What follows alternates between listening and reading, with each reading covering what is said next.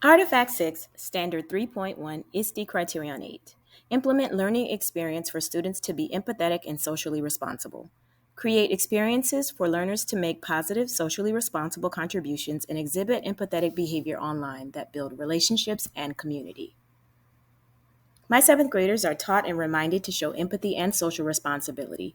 When teaching digital citizenship to my seventh graders, I created 2 lessons to put these guidelines into practice early. One on empathy is titled, Would You Say It to My Face? The focus questions are, what is empathy and how do we show empathy online? My goal is to help students develop empathetic contributions in online communities because it establishes their digital identity. We start the lesson with vocabulary review. Then we watch a video called Empathy Can Change the World. Later, we review empathy pics and discuss feelings.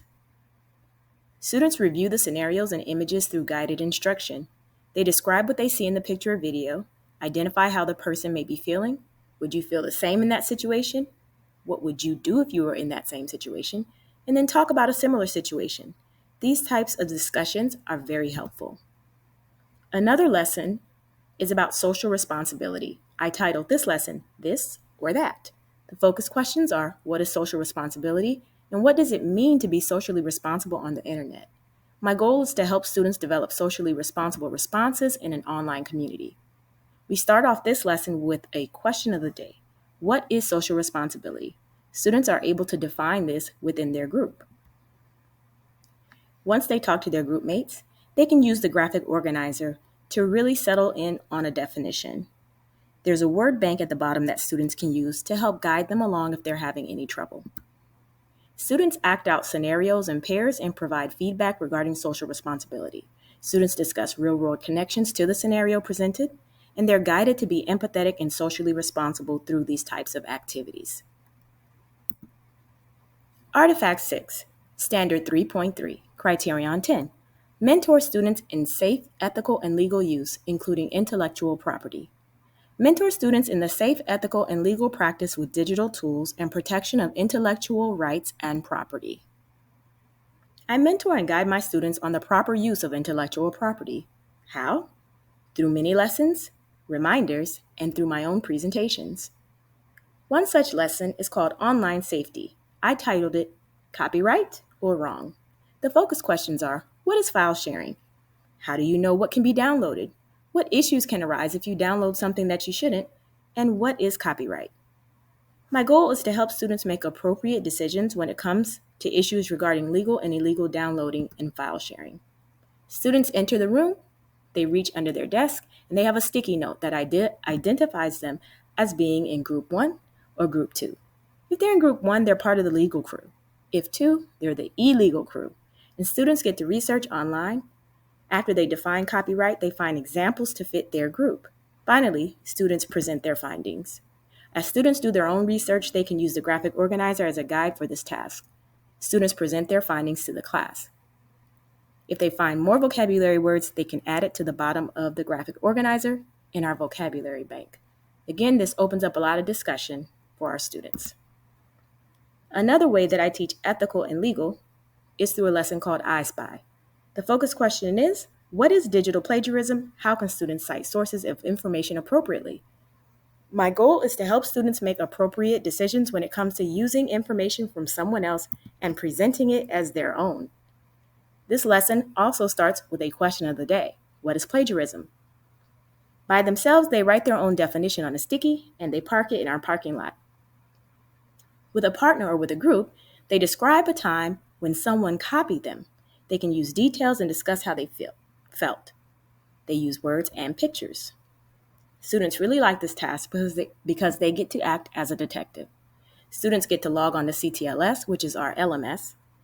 The independent task waiting for them consists of 3 paragraphs, and the students get to look online to determine what information is plagiarized, so they get to spy out original work. They really enjoy this task.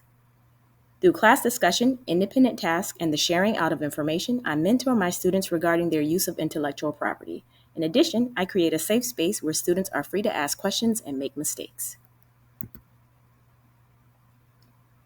Artifact 6, Standard 3.4, Criterion 11. Model responsible use, including protection of digital identity and personal data. Model and promote management of personal data and digital identity and protect student data privacy. It is important to teach students how to keep their digital identity safe. The following lessons are examples of the learning experiences I provide to learners in my class. I teach them ways to keep their digital identity and personal data safe. Through one lesson about digital identity that I like to call Who Am I allow students to ponder these focus questions. How can students protect their digital identity? How should students present themselves on the internet?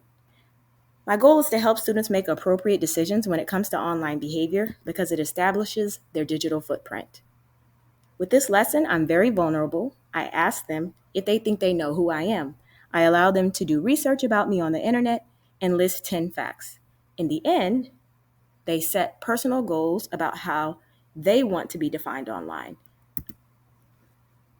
Another lesson that we do about data privacy is called BFF theft. The focus questions are, is it possible to overshare with a best friend? How can students protect themselves online? And what issues arise when students share devices and/or sensitive information with peers? My goal is to help students make appropriate decisions when it comes to data privacy and sharing sensitive information with friends. As you can guess, in middle school, we have a lot of friends that are friends one week and then they're not friends the next. So again, this is a very important lesson to do early on when it comes to digital citizenship in 7th grade. Students get to work with peers and read scenarios about two best friends who share everything. These two friends share clothes, books, makeup, every single thing. They have each other's passwords and login information on websites.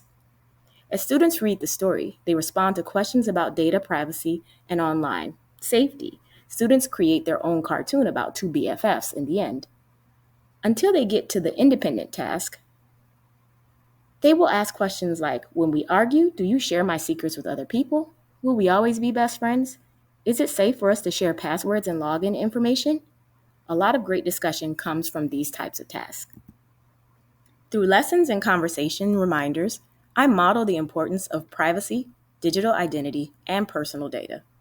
Thank you.